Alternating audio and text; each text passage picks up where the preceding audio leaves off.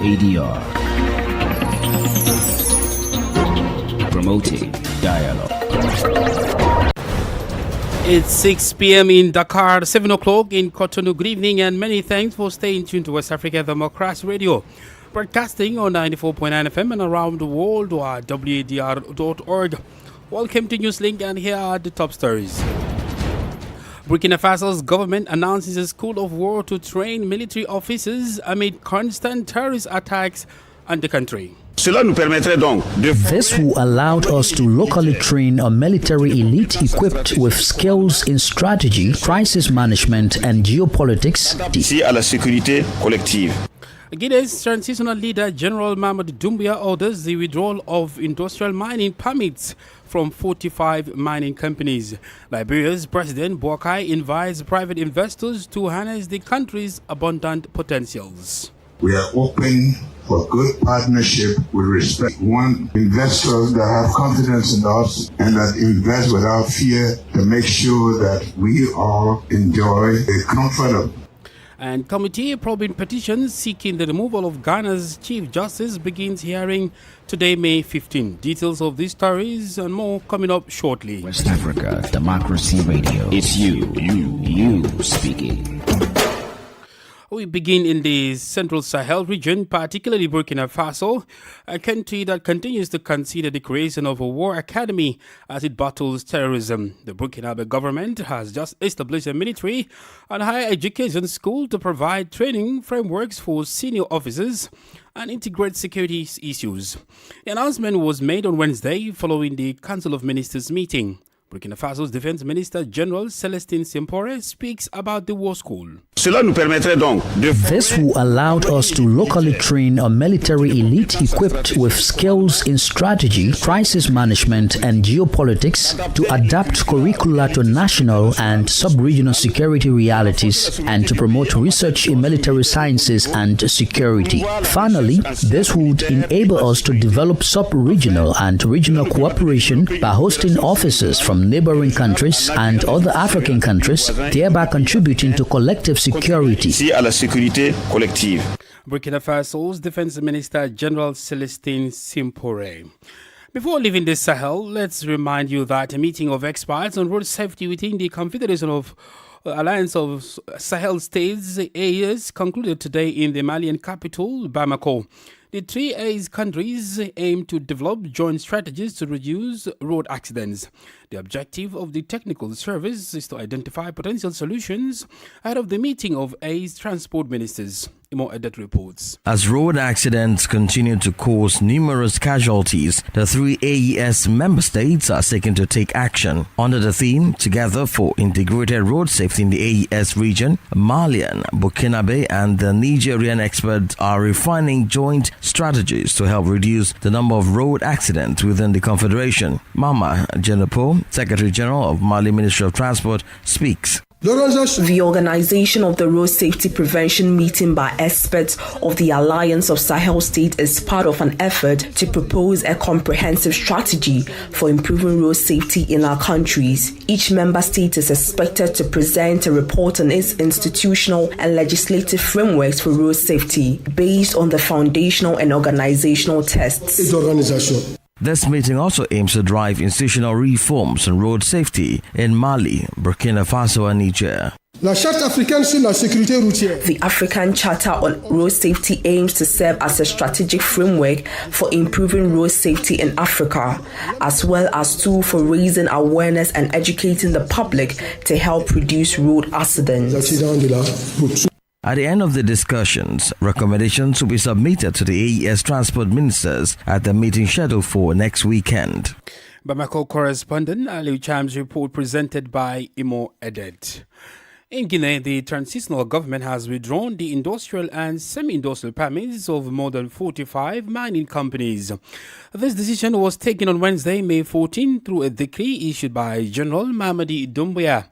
Some of the affected companies include the Guinea Bauxite Companies, Kimbo Bauxite Company SAU, Forward Africa Resources SRG Guinea, Farafina Resources, West Africa Development Company, West African Mining Associate, Guitar Mining SA, West Diamond Limited Guinea, among others.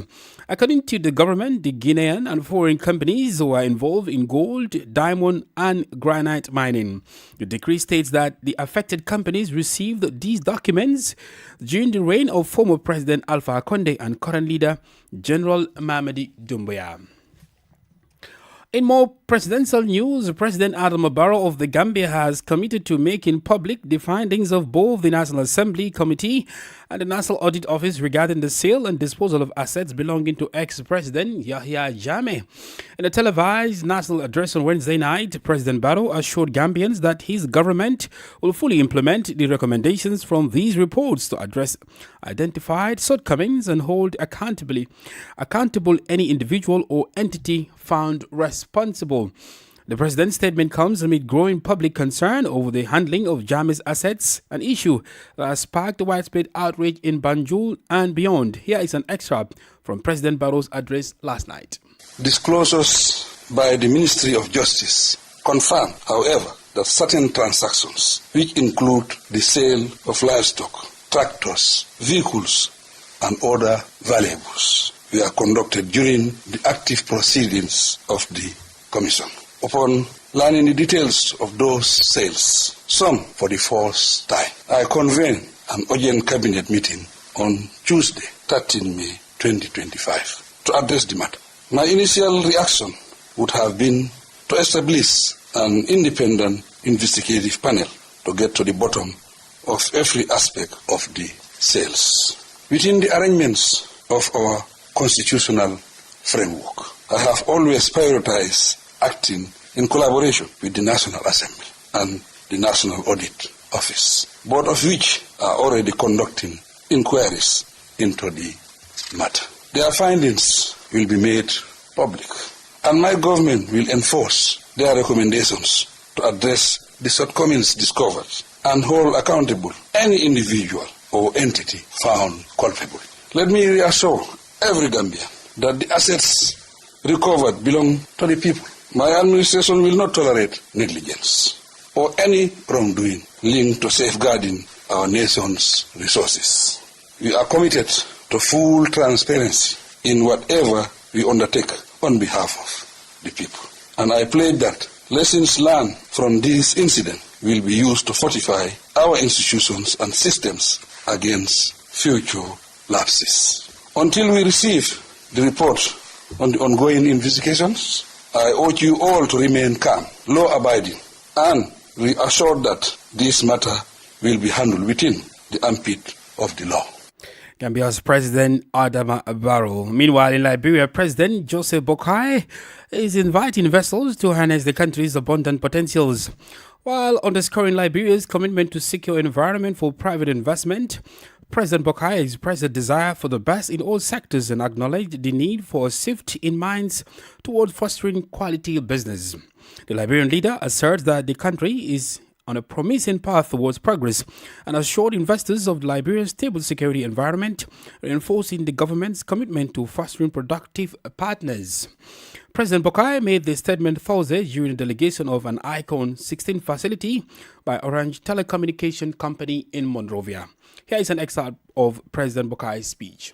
I want to say here that no one comes with a belief that anything is too good for Liberia. We want the best of everything here, and that's what we want. Investment is about time that we change our mind to make sure that Liberia is not just open for business, but we are open for quality business, open for transparency. We are open for good partnership with respect. We want investors that have confidence in us and that invest without fear to make sure that we all enjoy the comfort of good communication, good edifices, and good relationship. Orange has always been a big competitor. Like I said, they have helped to bring about huge competition on the market, and a lot of people have built a lot of confidence in Orange. We want Orange to be part of our digital effort to make sure that the entire country, all of our young people are involved in digital promotion and education. We don't want Liberia to be left behind. We want to promote the efforts even of our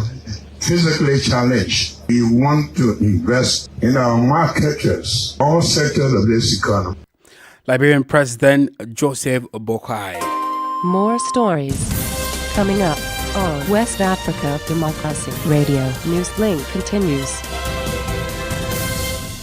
Crossing over to Ghana, where the 5-member committee established by President John Dramani Mahama to investigate 3 petitions against Chief Justice Gertrude Trokono commenced hearings this Thursday, May 15. Chaired by Supreme Court Justice Gabriel Scott-Poyawan, the committee was formed in accordance with Article 146, 6 of the 1992 Constitution and in consultation with the Council of State following the determination of a prima facie case against the Chief Justice. The committee is scheduled to convene 3 times a week and will submit its recommendations to the President upon the completion of its work. Chief Justice Trokono was suspended from office on April 22, 2025 after the receipt of the petitions alleging misconduct and incompetence. Justice Paul Bafo Boni, the most senior judge in the Supreme Court, is currently serving as acting Chief Justice during the investigation. The proceedings are expected to be closely monitored as they bear significant implications for the judiciary and the broader political landscape in Ghana. Still in Ghana, President Mahama's office has cautioned the acting CEO of the Ghana Gold Board, Sammy Jamfe, after a video surfaced showing him handing out dollar bills to a social media personality and self-styled evangelist. However, Mr. Jamfe apologized, calling the gesture a lapse in judgment following public backlash. Following his apology, the minister in charge of government communication, Felix Kwake Ofosu, announced that after considering the apology, the presidency considers the matter closed and will take no further disciplinary action. During a press briefing, Mr. Kwake Ofosu disclosed that the president's chief of staff, Julius Debra, further urged Mr. Jamfe to be more aware of public statement and act accordingly. Here is the Minister Ofosu speaking. The presidency acknowledges Mr. Sammy Jamfe's immediate act of contrition and the acknowledgement of the need to express regret over that incident. So that apology has been taken on board. You do recall that when President Obama launched the Code of Conduct, he said that one of the remedies for any potential breach was a public apology. He also said one of the potential remedies was a caution from the highest levels of government. After the interaction with the Chief of Staff cautioned him, having acknowledged the apology he made and impressed upon him to take on board public sentiment and act in ways that reflect public expectation. The Chief of Staff also took the opportunity to reissue the same caution that the President had sent to all appointees to be circumspect in their conduct. There may be things that may be commonplace in our private lives, but once you become a public official, you need to be sensitive to public expectation, and therefore that ought to guide the way that you order your steps. So in view of that, the presidency does not believe that any further action ought to be taken. Ghana's Minister in charge of Government Communications, Felix Kwake Ofosu. You are listening to Newslink on West Africa Democracy Radio, broadcasting on 94.9 FM and around the world on wadr.org. Here is a reminder of our top stories. Burkina Faso's government announces a school of war to train military officers amid constant terrorist attack on the country. Guinea's transitional leader, General Mamadou Doumbouya, orders the withdrawal of industrial mining permits from 45 mining companies. Liberia's President Boakai invites private investors to harness the country's abundant potentials. Committee probing petitions seeking the removal of Ghana's Chief Justice begins hearing today, May 15. Still ahead in the news, we have the guest interview and sport news. Please stay with us. Fresh and breaking news all the time. Hear it first as the news breaks, only on West Africa Democracy Radio. Newslink continues. Some security matters in Nigeria. Displaced persons in the north-central state of Benue are increasingly depressed and horrified by the continuous violence perpetuated by the armed men. In the outskirts of Makurdi, the state capital, hundreds of farmers displaced by the attacks years ago fear that the situation is deteriorating. The struggling villagers who were voluntarily removed from camps for victims due to limited accommodation and lack of basic essentials continue to be targeted by suspected herders when they seek livelihoods. From Benue State, WDR's Abdullahi Hassan reports witnessing 2 phone calls to families about the killing of their loved ones within 8 hours. The woman is crying there. In Sakavi, a suburb of Makurdi and a few kilometers away from Dakar, headquarters of Gwe West local government area, this cry of mourning from the displaced persons community is a daily reality.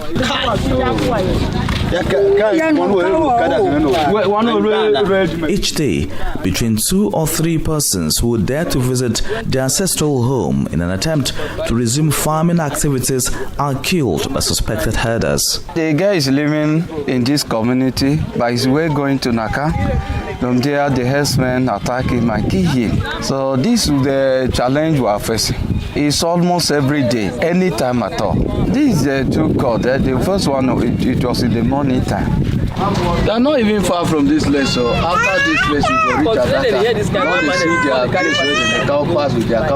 Alice, a mother of 5 who was part of the crowd when the news came about the death of their community member, explains the effect of such an unprovoked attack against farmers. Now like this, that farm is feeding for me with my children. That farm, we can say that I used to bath with buy so many things of taking care of the children, including school fees. I myself, am sitting here and speaking with you now. All my houses in my village, they are very burned. They burned everything down. Everything damages inside the room, nothing there. So there is nobody in your village now. Everybody. Nobody, including no any goat and fowl inside that village. In both of many rooms, you cannot say anything concerning house. Yesterday night. Gunshot.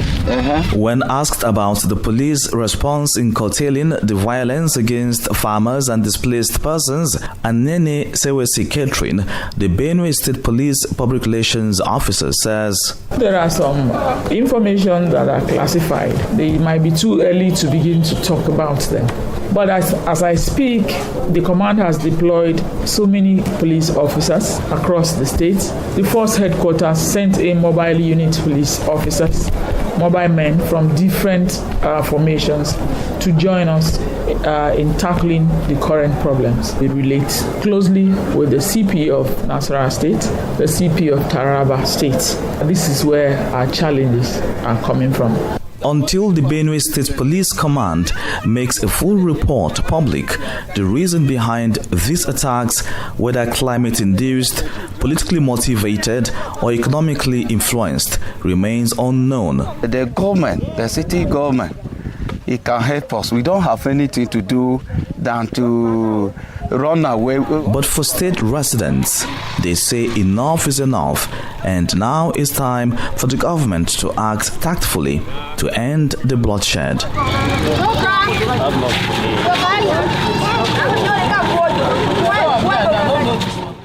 A report by Abdullahi Hassan from Nigeria's north-central state of Benue.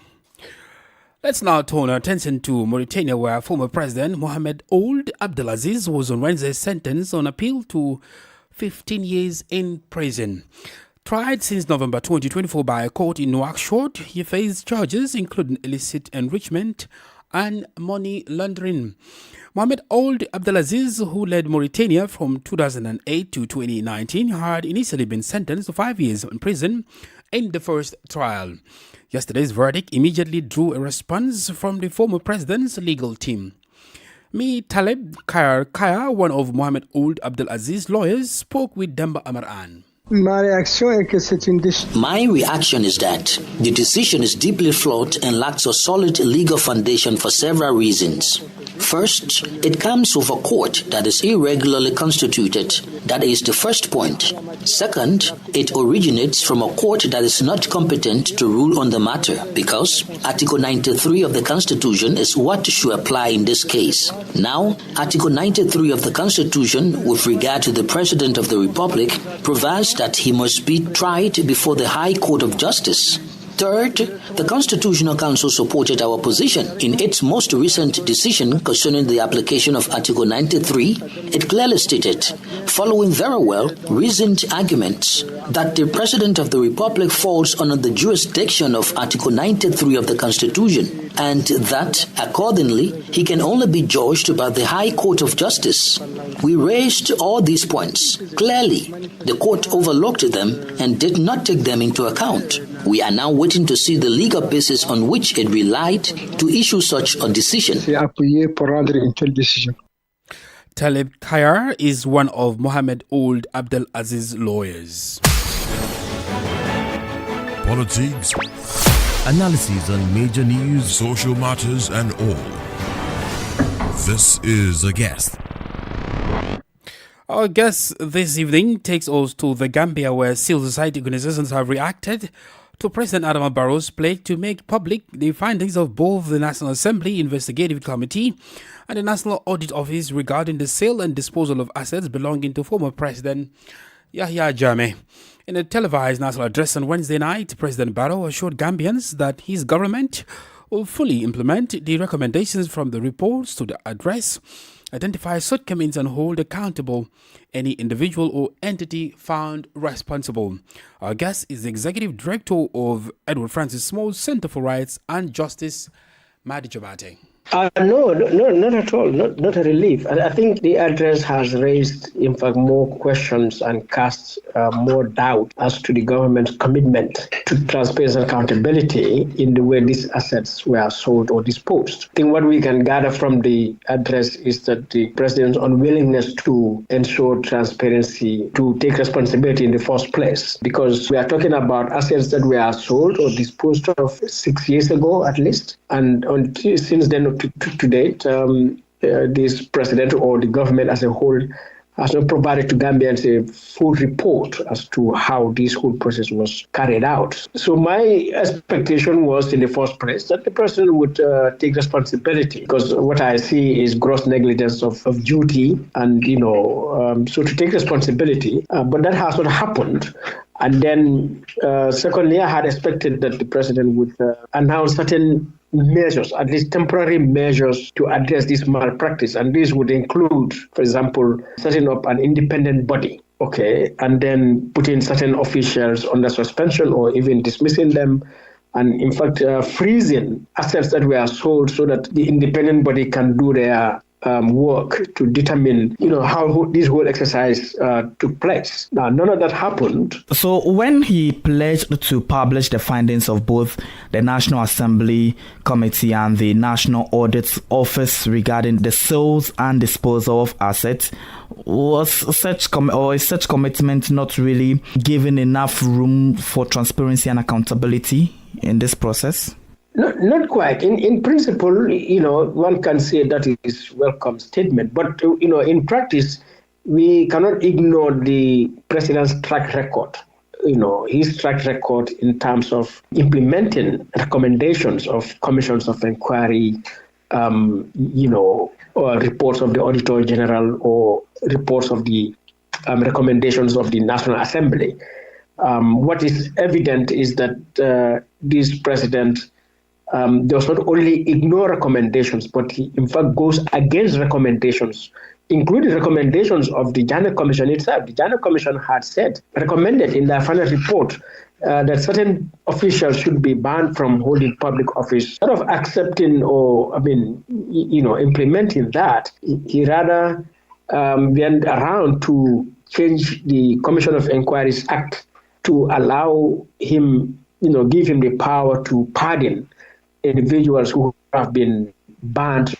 As soon as he did that, we saw him bring back a number of officials who were identified by the Janet Commission report to be banned in public office. And so, therefore, I mean, if he says today that he will implement that same audit office recommendation when they do an investigation or the parliament, I think that is just a way of deflecting his responsibility, because he doesn't need to wait for those institutions to do their investigations. And of course, he disregarded their investigations recommendations well before today. Right. And so finally, with all of these happenings and from where you sit as a CSO, what is the way forward for you? What other alternative are you going to mount to seek for accountability and transparency? Yeah, so our organization has issued a paper statement today, and we are rejecting his statement. We think it is misleading and conflicting.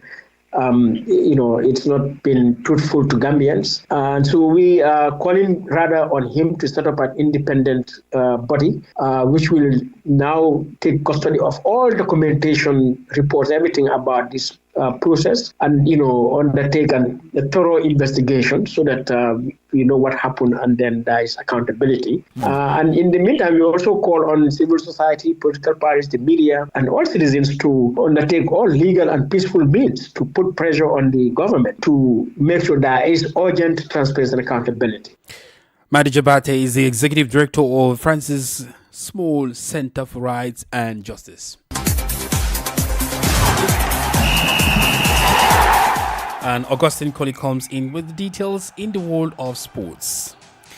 It's a pleasure to be here, Tsankule. We begin with a promising update on Nottingham Forest striker Tawul Awoniyi. The Nigerian international is now awake and recovering after being placed in an induced coma earlier this week. Awoniyi suffered a serious abdominal injury during Sunday's dramatic 2-2 draw against Leicester City. The incident happened late in the game when he collided with the goalpost while trying to finish a cross from Antonin Ilanga. He underwent emergency surgery on Monday, followed by a second procedure on Wednesday, during which doctors placed him in a medically induced coma for his safety. The good news, Awoniyi regained consciousness Wednesday evening and is said to be on the road to recovery. It was not so good for his native Nigeria, however, because the Flying Eagles of Nigeria have been knocked out of the CAF Under-20 Africa Cup of Nations after a 1-0 defeat to South Africa in the semi-finals. The decisive moment came in the 66th minute when Tylon Smith headed home the match winner. With that result, South Africa march into the final, and Nigeria's dream of a record extending 8 Under-20 AFCON title comes to a painful end. And FIFA has officially lifted its suspension of the Republic of Congo's Football Federation. The ban was originally imposed 3 months ago due to what FIFA called third-party interference following a dispute between the federation and the country's sports ministry. FIFA confirmed today that the necessary conditions have now been met, including the return of full control of federation operations to FICOFORT, Congo's football governing body. And that's the latest in the world of sports, Sankole. Before I take a leave of you, before I let you go, are you surprised that Nigeria were knocked out by South Africa? We were talking about, you were listening to the commenting and you'd be like, who is that team beating Nigeria like that? I mean, were you surprised? Because now the Senegal is out, Nigeria is out. You begin to wonder what's going on. Ghana is out. Yeah. All the big teams are out of the African Cup of Nations under 20. You're surprised? Given the history of Nigeria, that's right, and the tournament, that's right. Yeah. They are the record winners of this tournament. Augustine Colley, thank you. Augustine Colley with the sports. We've come to the end of this edition of Newslink on West Africa Democracy Radio, broadcasting from Dakar, Senegal. Thank you for listening, and many thanks to Falilu So and Sekhnjai for the technical assistance. Do interact with us via our social media platforms, X, formerly Twitter, and Instagram at WADR News, and Facebook, WADR English Service. Coming up at the bottom of the hour is our environment program, Enviroscope with Abdullahi Hassan. I am Sankule Janko. Good evening. And many thanks to you for listening to Newslink via Hot 104.3 FM, New Me FM 94.0,